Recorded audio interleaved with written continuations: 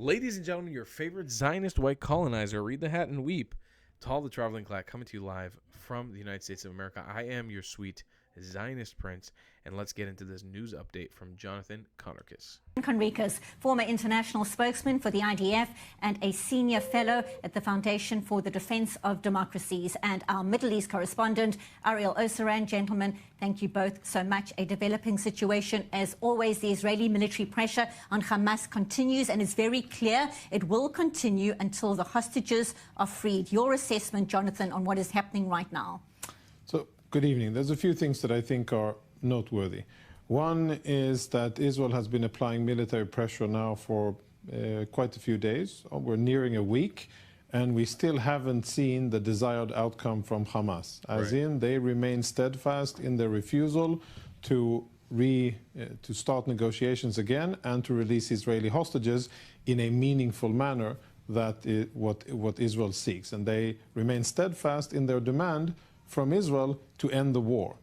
I must say that Envoy Witkoff's interview on Tucker Carlson won a very questionable outlet for anybody who is positively intentioned towards Israel to be on, knowing how many anti-Semites have been on that platform, one thing. And second, the tailwinds that his comments gave Hamas, I think, were not helpful, to say the least.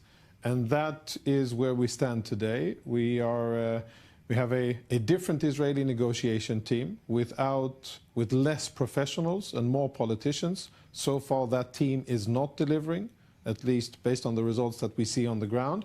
And we see Hamas emboldened by Egyptian support, perhaps getting a false sense of security from the Witkoff comments, and obviously not impressed yet with Israeli maneuvers and Israeli activity on the ground. And bottom line, 59 hostages, maybe 24 of them alive, still in Hamas captivity.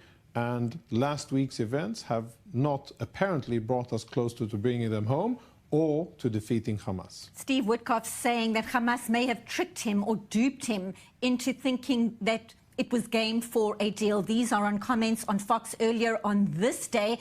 Do you think he's changing his tune, reiterating that, making it very clear that the US is on the side of Israel, if there was any doubt at all? Yeah, I mean, I think it's the second strike, right? It's strike two. First it was Mr. Bowler, and then now it's Witkoff himself that make what I see as naive comments about who they're dealing with. And maybe we need to remind everybody who is dealing with this topic, we are dealing with bloodthirsty murderers who have no honor, have no value for truth, have no value for the sanctity of life. And to think that they are decent, that they are people that you can level with, I think is extremely naive. And maybe that is what's emanating from these interviews. I think that, we said from the beginning that it was, I think, relatively unlikely that Hamas would be impressed enough by Israeli maneuvers to actually get back to the negotiations table with the current military pressure. And that leaves Israel with the option of either to pull back and for something else to happen, or to enhance military operations and to apply more pressure. An interesting comment made by Defense Minister Katz for the first time, insinuating or saying that Israel would not only take terrain but hold it and take it out of the hands of Gaza and deliver it to Israel, which is a first such statement, and hold on to it, and that would be a punitive measure against Hamas for continuing to refuse.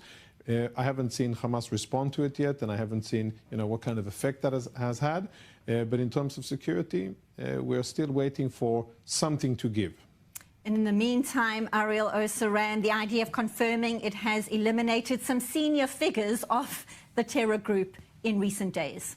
Yeah, most recently Salah al-Baghdawil. He was head of military planning and operations for Hamas in southern Gaza. And what was interesting is that not only unofficial sources in Gaza, but Hamas itself confirmed that Baghdawil was killed while residing in a tent in the Al-Mawasi humanitarian zone. Really, they're not even hiding the fact that they're using the civilian population in Gaza as human shields. And this should be proof, or additional proof, for the international community that Hamas does not care what happens to the civilian population in the Gaza Strip, embedding themselves in an area that the civilians are supposed to be protected, knowing that they are considered legitimate targets by the IDF. That is something that should be of note to the international community. And one other note regarding the developments on the... But of course, nobody cares or gives a shit whether a Hamas terrorist was hiding inside of a humanitarian camp or not. Ground, the IDF issuing a statement saying that the 36th Division has been deployed to the Gaza Strip. Now, why is that important? Because that same division was deployed in Lebanon. And so we're seeing, if we talked, we've been talking a lot about the differences between this time around with regards to the ground operation in the Gaza Strip. No more gradual advancement from north to south, but we're seeing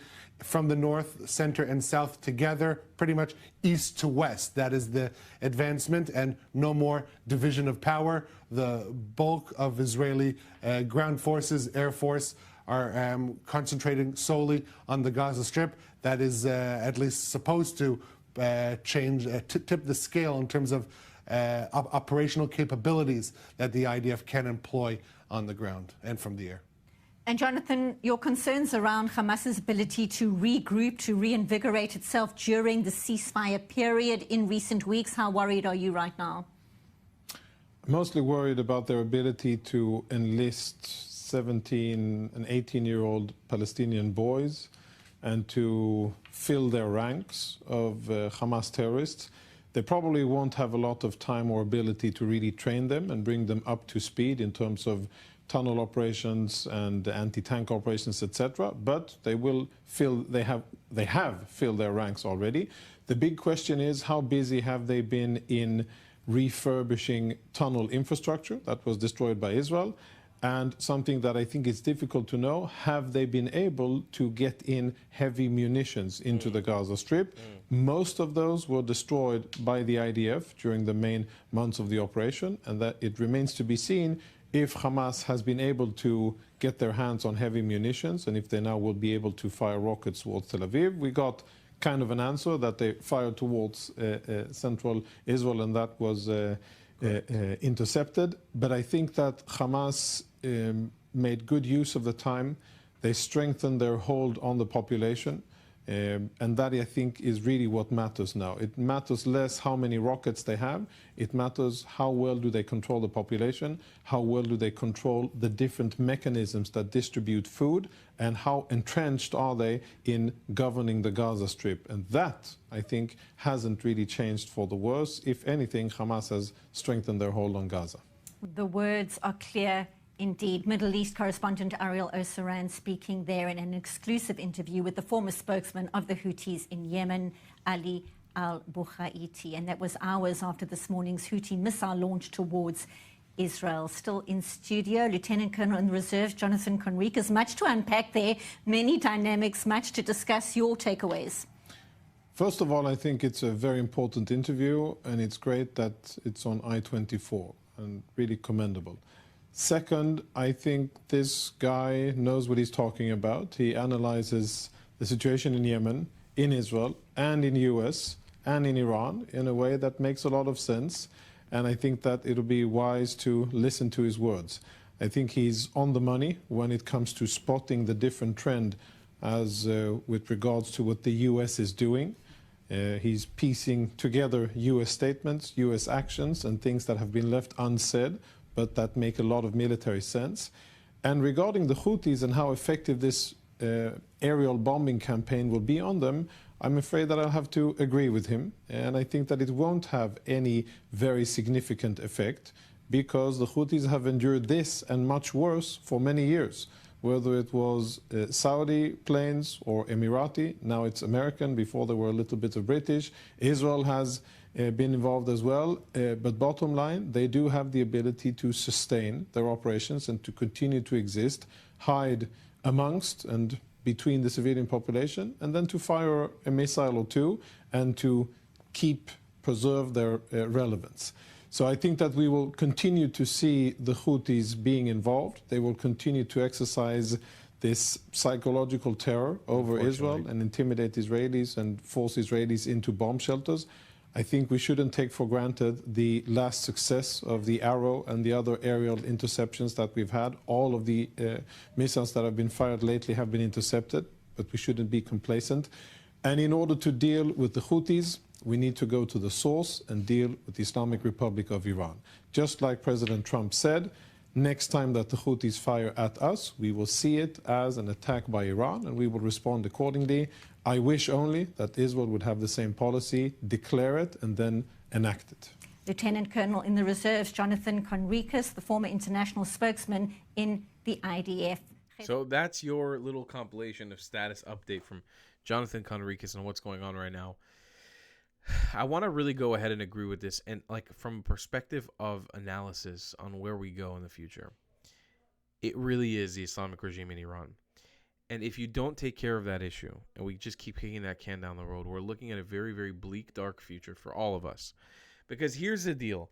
We can take care of the Houthis temporarily. We can take care of Hamas temporarily. We can take care of Hezbollah temporarily.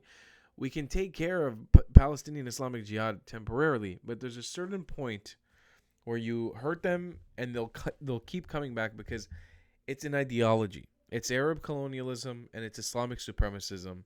And you can't fight that with a gun. You have to cut it off. I mean, you have to fight it with a gun, but you have to also cut it off financially. If there's still going to be finances running through from Iran directly to these proxies, you're never going to be able to hit a point where you drop them enough. Like, you've got to really execute them on all fronts. Financial front, the combat front, the missile front, the economic front. It's got to be a massive undertaking. It's either that or we all just agree to live in a world where we're complacent with Islamic terrorism. I don't know what my hope for humanity is, but I do feel like we all I feel like we've got too many uninvolved random Westerners who have a say in the matter, but because they're kind of racist and they have that racism of low expectations where they look at all these brown people in the Middle East and be like, we don't need to get involved because they're not going to hurt us and it's all because of us. Like, they don't realize that their ideology has been fucked up from before these white people were white people. They don't understand that this ideology goes back 1,000 years and it's shitty. It's been shitty forever.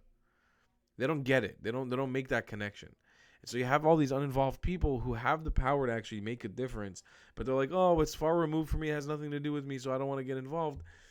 And then it knocks on your front door, and then it shows up for you at your front door, and then what do you do? What do you do when it shows up for you? Because it's already showing up for you.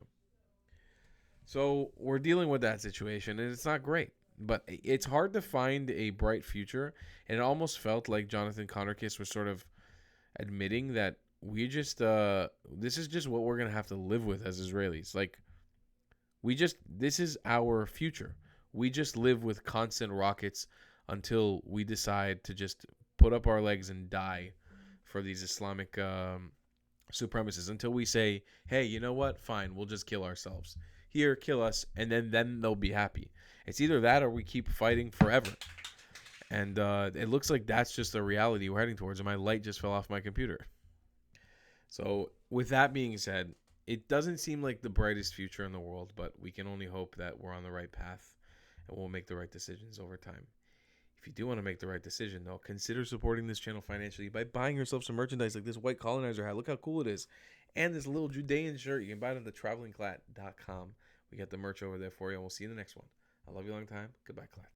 If you believe in my content and want to support me, just know your help is needed. There's a bunch of great ways to support me, being PayPal, Buy Me a Coffee, or joining my Patreon community down below. Patreon is the best way to support my channel, and you'll get a bunch of cool perks depending on what tier you join. Another great way to support me is by buying my merchandise on the travelingclat.com. I regularly drop new merch designs like this beautiful hat, or this amazing shirt, where you can support the channel and get something cool for yourself. I also have an amazing Discord community with people from all over the world. Thank you so much for your support.